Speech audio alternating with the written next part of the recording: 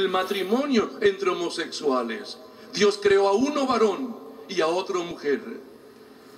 Cuando Dios creó al hombre, lo creó a su imagen, varón y mujer los creó y les dio su bendición. Tengan muchos hijos, llenen el mundo y gobiernenlo. Dominen a los peces y a las aves y a todos los animales que se arrastran.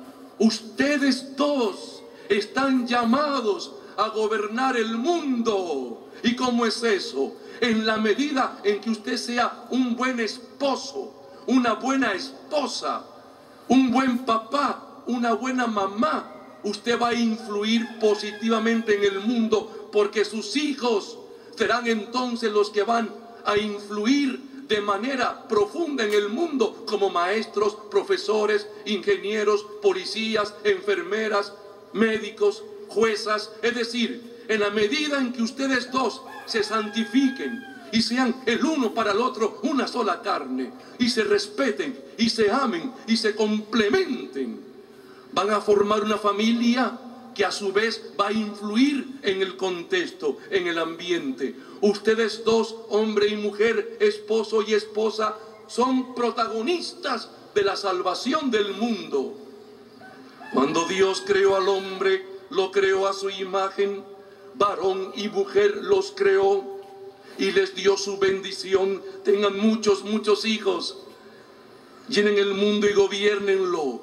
Una buena formación, una buena educación, depende mucho de cómo esté papá y mamá, de cómo esté la relación de ellos dos, si se aman, si se respetan, si son fieles, si se entienden entre ellos. Todo esto porque ustedes dos son pilares de la familia. Todo esto ayuda, más los consejos, más la corrección dada a tiempo, más toda la asistencia espiritual y material hará que sus hijos crezcan sanos espiritualmente, sanos psicológicamente, sanos emocionalmente. Pero para eso ustedes en verdad deben ser una sola carne, amarse, entenderse, comprenderse, perdonarse. Y Dios los creó hombre y mujer. Aquí está esta primera versión de la creación de Dios según el Génesis. Vamos al capítulo 2. Veamos también esta segunda versión extremadamente interesante. Capítulo 2, versículo 4. Esta es la historia de la creación del cielo y de la tierra. Cuando Dios el Señor hizo el cielo y la tierra, aún no había plantas ni había brotado la hierba, porque Dios el Señor todavía no había hecho llover sobre la tierra, ni había nadie que la trabajara. Sin embargo, de la tierra salía agua que regaba todo el terreno. Entonces Dios el Señor formó al hombre de la tierra misma, Adán. El hombre, Adama, en hebreo, tierra. Entonces Dios el Señor formó al hombre de la tierra misma. Hay una unidad entre toda la creación, entre toda la naturaleza, profunda unidad. Dios nos creó, pero nos creó como parte de esta tierra, como la tierra consciente, como el universo consciente. Es decir, usted es tierra, usted es universo, pero consciente, con un alma, con un espíritu. Usted es alma, cuerpo y espíritu. Usted es el culmen de la creación. Entonces Dios el Señor formó al hombre de la tierra misma y sopló en su nariz y le dio vida. Así el hombre se convirtió en un ser viviente. Sopló en su nariz y le dio vida, vida racional, vida sentimental, vida emocional, vida espiritual. En la medida en que haya vida espiritual, podrá comunicarse con Dios, comunicarse con Él. Entonces, después Dios el Señor plantó un jardín en la región de Edén, en el oriente, y puso allí al hombre que había formado. Hizo crecer también toda clase de árboles hermosos que daban fruto bueno para comer. Dios todo lo hizo bueno y lo hizo en función del ser humano. En medio del jardín puso también el árbol de la vida y el árbol del conocimiento del bien y el mal. El árbol del conocimiento del bien y el mal. Interesante esto porque es un símbolo extremadamente importante.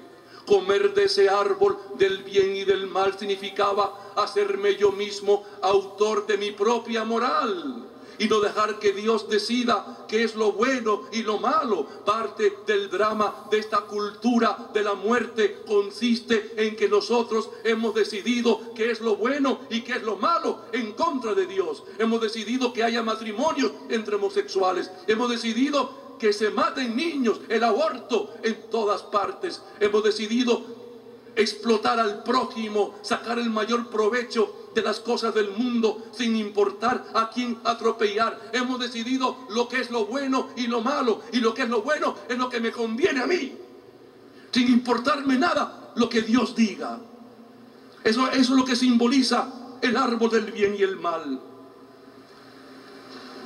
Cuando Dios el Señor puso al hombre en el jardín del Edén para que lo cultivara y lo cuidara, le dio esta orden, versículo 16, capítulo 2, Génesis, le dio esta orden: puedes comer del fruto de todos los árboles del jardín, menos del árbol del bien y del mal. Versículo 17, menos del árbol del bien y del mal. No comas del fruto de ese árbol, porque si lo comes, ciertamente morirás. Y esta es la orden del Señor. No quieras ser como yo. Tú no eres Dios. Tú no puedes crear ni siquiera una hierba del jardín. Pero la soberbia nos embrutece y nos hace creer que podemos ser Dios porque tenemos un poquito de dinero, un poco de poder, un cuerpo hermoso, mucha inteligencia, una carrera, una profesión. Tenemos poder. Yo soy Dios. Qué estupidez más grande, qué ofensa más tremenda al Señor. El pecado de la soberbia, querer ser como dioses. Eso es lo que ha hundido a la humanidad siempre. Que yo me crea más que usted, que yo me crea un pequeño Dios y que le exija a usted que me adore, y que si es mi esposa, que se arrodille ante mí y que me dé culto. Y si soy el jefe en la empresa, igual. Y soy presidente del país, igual. Y si soy obispo, también igual. Que se arrodillen ante mí. Eso es el pecado de soberbia, que nos lleva entonces a cometer toda clase de torpezas. Lo cierto es que no comas del fruto de ese árbol, porque si lo comes ciertamente morirás. Mire usted, hermano, el versículo 18. Luego Dios el Señor dijo: no es bueno que el hombre esté solo. Le voy a hacer a alguien que sea una ayuda adecuada a él. Y Dios el Señor formó de la tierra todos los animales y todas las aves, y se los llevó al hombre para que les pusiera nombre. Sigamos leyendo en el versículo 20, en la parte B. Sin embargo, ninguno de ellos resultó ser la ayuda adecuada para él. Versículo 21. Entonces Dios el Señor hizo caer al hombre en un sueño profundo, y mientras dormía le sacó una de las costillas y le cerró otra vez la carne. De esa costilla Dios el Señor hizo una mujer y se la presentó al hombre, el cual al verla dijo: esta sí que es de mi propia carne y de mis propios huesos. Se va a llamar mujer porque Dios la sacó del hombre. Mire, el que escribe el relato, inspirado por Dios, es hijo de una cultura en la cual el hombre predomina sobre la mujer. Pero si hubiera sido una cultura no masculina, sino maternal, femenina, Hubiera sido el relato al revés.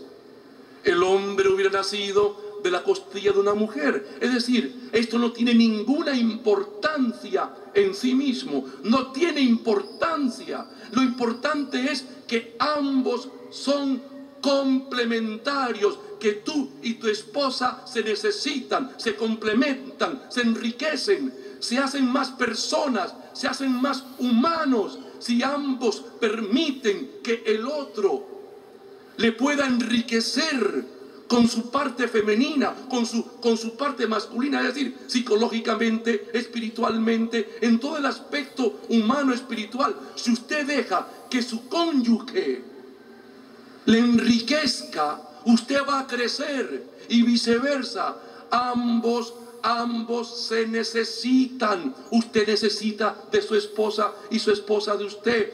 Sea usted humilde, no caiga en soberbia. La soberbia, recuerde que nos embrutece.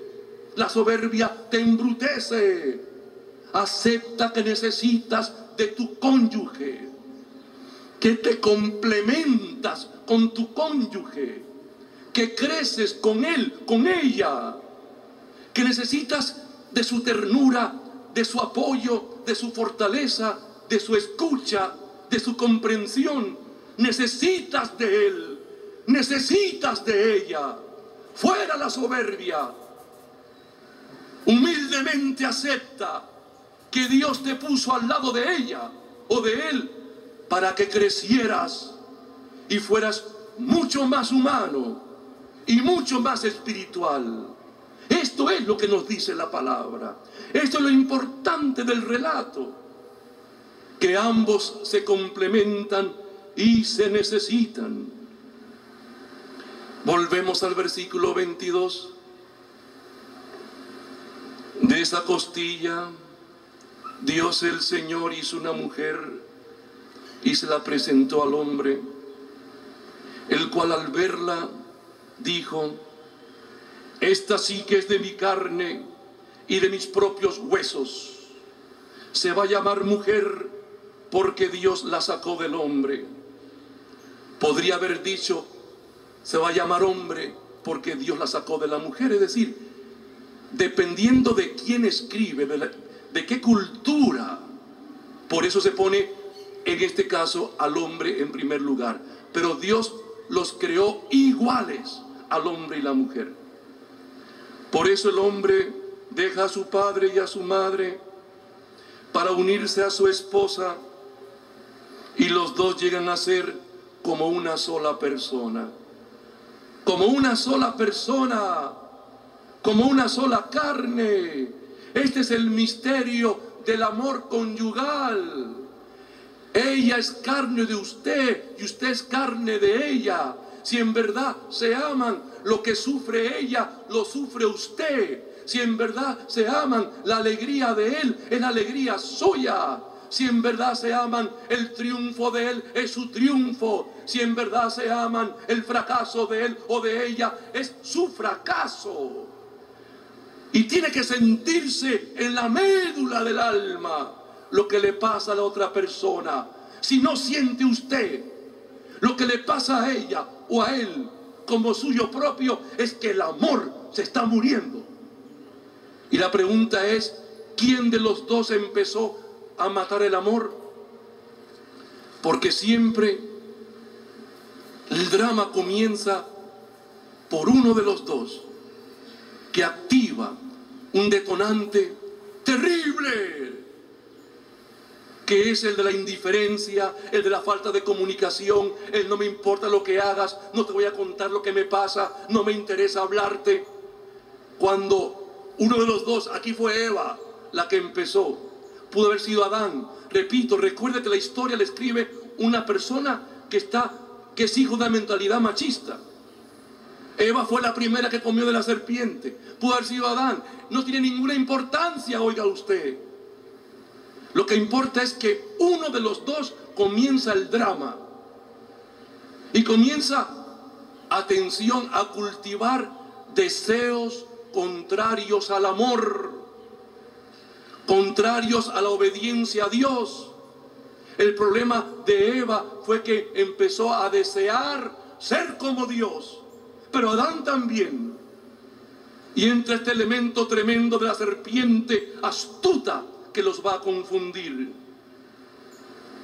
Capítulo 3 del Génesis.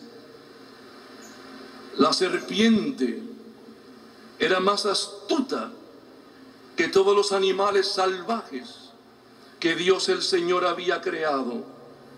Ya sabe usted entonces, hermano, que el que escribe el texto busca no a una serpiente concreta, no al animal en sí, sino lo que representa la agilidad, la astucia, el camuflaje de la serpiente para atacar sorpresivamente y meterle un veneno a uno que lo puede matar. Lo que le importa al autor inspirado es un símbolo, y escoge este animal. Pero lo que importa aquí es el ente, el elemento maligno, esa inteligencia negativa que está allí flotando en el ambiente, que luego vamos a llamarlo Satanás, un personaje real, astuto, inteligente, ese dragón que dice el Apocalipsis, con tantas cabezas, que está siempre pensando cómo aniquilar, cómo destruir, porque la misión de Satanás es destruir al mundo, a la humanidad, a la familia, a la pareja, al matrimonio, a la iglesia, destruir todo, acabar con todo. Es un asesino y es el padre de la mentira. Pues ese personaje es representado por la serpiente, pero realmente no fue una serpiente. Recuerde los símbolos que usa el autor inspirado para hacernos entender el mensaje, que el mal existe. La serpiente era más astuta que todos los animales salvajes que Dios el Señor había creado. Y le preguntó a la mujer: así que Dios les ha dicho que no coman del fruto de ningún árbol del jardín. Aquí viene el asunto ya. Vamos a poner en tela de juicio, en duda, la inteligencia infinita de Dios. Comienza entonces Satanás a hacernos dudar de la fuerza infinita, inteligencia y sabiduría infinita de Dios. Dios esto lo creó equivocadamente. Vamos a poner orden en la creación. Así que Dios les ha dicho que no coman del fruto de ningún árbol del jardín. Y la mujer le contestó: podemos comer del fruto de cualquier árbol, menos del árbol que está en medio del jardín. Dios nos ha dicho que no debemos comer ni tocar el fruto de ese árbol, porque si lo hacemos, moriremos. Ella tiene clara la orden divina, pero ya hay un deseo en ella, un deseo que es bueno. Yo no quiero morir, nadie quiere morir. Yo quiero ser feliz, todos queremos ser felices. Tenemos un deseo de trascendencia, de divinidad, de vivir para siempre feliz con Dios. Pero la serpiente le dijo a la mujer, mire el versículo 4, no es cierto, no morirán. Dios sabe muy bien que cuando ustedes coman del fruto de ese árbol, podrán saber lo que es bueno y lo que es malo, y que entonces serán como Dios. Ser como Dios, ese es nuestro deseo más terrible, más maligno. Ser como Dios. Vivimos engañados, no sabemos que la muerte nos acecha, que todo esto es pasajero. Por más dinero, por más poder, por más fama, todo es pasajero. Todo se va muriendo, todo envejece. El deseo nuestro es ser eternos, pero con nuestro propio poder. ¡Qué tontos, qué necios! Nos moriremos cualquier día. Nos envejecemos, nos cansamos, nos vamos gastando. Esta tienda exterior, dice Pablo, se va desmoronando. Lo importante es crecer por dentro, santificarnos, es llegar a tener, dice la palabra, la estatura espiritual que Cristo quiere que tengamos. Eso es lo importante, hermano. Crecer humanamente, espiritualmente, integralmente. Y aunque esta tienda exterior se va desmoronando poco a poco, queremos que usted vaya creciendo y sea más amoroso, más tierno, más cariñoso, más comprensivo. Queremos que usted sea más santo, que usted sea más santa. Queremos que usted sea una persona que cada vez complemente más, enriquezca más a su esposa, a su marido, y que sean cada vez más una sola carne. Lo que queremos en el fondo es, hermano y hermana, que usted sea otro Cristo en la tierra. Pero no. Aquí Eva, igual que Adán, deseaban ser como Dios. No de esta manera, de ir creciendo y cada vez más acercándonos a Dios y pareciéndonos al Señor. Querían ser Dios sin Dios. Lo que le pasa a todo imperio y a toda ideología y a toda estructura económica. Quieren ser dioses y siempre al final se caen, desaparecen. Mire el versículo 4. Pero la serpiente le dijo a la mujer: no es cierto, no morirán. Dios sabe muy bien que cuando ustedes coman del fruto de ese árbol, podrán saber lo que es bueno y lo que es malo, y que entonces serán como Dios. Saber lo que es bueno y lo que es malo. Hacer mi propia moral. Lo bueno es lo que me conviene. Lo malo es lo que no me interesa.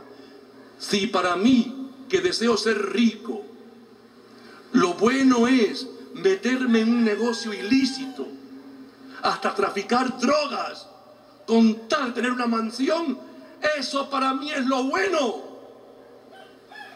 Y aquí está la caída de Eva y de Adán, y la caída nuestra, cuando inventamos una moral que no es la de Dios. Esta sociedad y esta cultura insiste que el aborto está bien, que la eutanasia está bien, que los matrimonios gays están bien, eso está bueno. Eso es lo que nos dice el texto bíblico. Hacerse cada uno su propia moral. La mujer vio que el fruto del árbol era hermoso, el deseo. Qué lindo se ve este árbol. Qué hermoso se ve este fruto. Oye, ¿y por qué no comerlo? Está tan cerca de mí. Oh, qué apetecible es. Es el deseo. El deseo no según Dios. El deseo no según Dios. La mujer vio que el fruto del árbol era hermoso y le dieron ganas de comerlo y de llegar a tener entendimiento.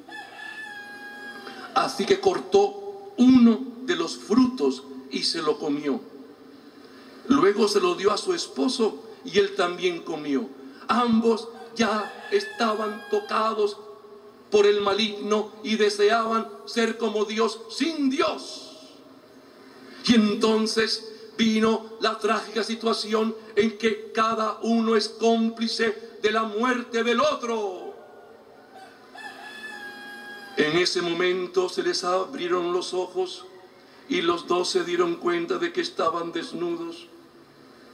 Perdieron la inocencia.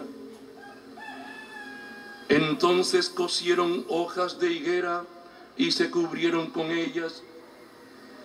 El hombre y su mujer escucharon que Dios el Señor andaba por el jardín a la hora en que sopla el viento de la tarde, y corrieron a esconderse de él entre los árboles del jardín, a esconderse de Dios, a esconderse de la verdad, de la iluminación. Por eso vivimos en esta cultura del ruido. No queremos estar solos para pensar, para meditar, para tomar conciencia de quiénes somos, de cómo estamos ante Dios. No queremos el silencio, queremos que el ruido nos aturda para evitar que la conciencia nos hable. Pero Dios, el Señor, llamó al hombre y le preguntó: ¿dónde estás? ¿Dónde estás?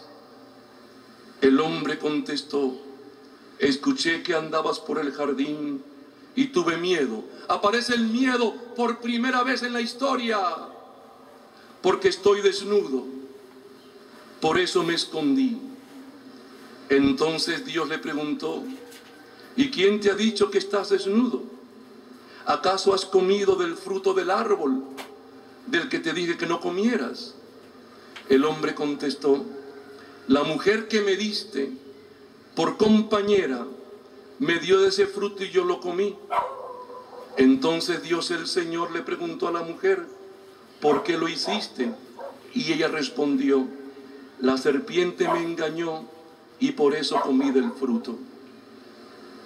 La justificación. Nadie acepta su responsabilidad. Siempre echamos la culpa a otros factores de mi pecado, de mi maldad, de mi debilidad, de mi negligencia, de mi pecado de omisión. Siempre echamos la culpa a otro. La conversión viene cuando yo reconozco mi responsabilidad, cuando tomo lucidez y me doy cuenta del mal que he hecho yo por mis malas decisiones. Entonces el comienzo de la conversión viene cuando yo, de cara a Dios, de cara a la verdad, descubro mi parte oscura, mi falta de amor, de ternura, de fidelidad, de entrega, de atención a los demás, de humildad. Cuando descubro que en mi matrimonio, en mi casa, en mi familia, yo he sido en parte el culpable de cómo está mi casa. Cuando descubro eso, cuando me doy cuenta de que me falta mucho para ser santo, cuando me doy cuenta de que he estado asesinando el amor, que mis deseos han estado por encima de mi razón, de que he escuchado la voz de ese inteligente maligno que es Satanás,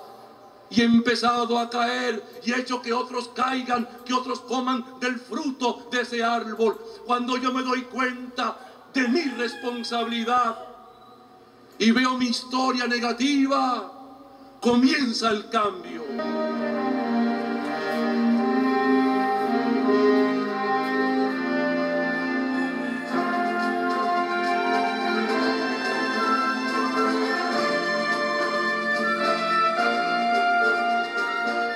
Hemos presentado Un mensaje al corazón por Monseñor Rómulo Emiliani.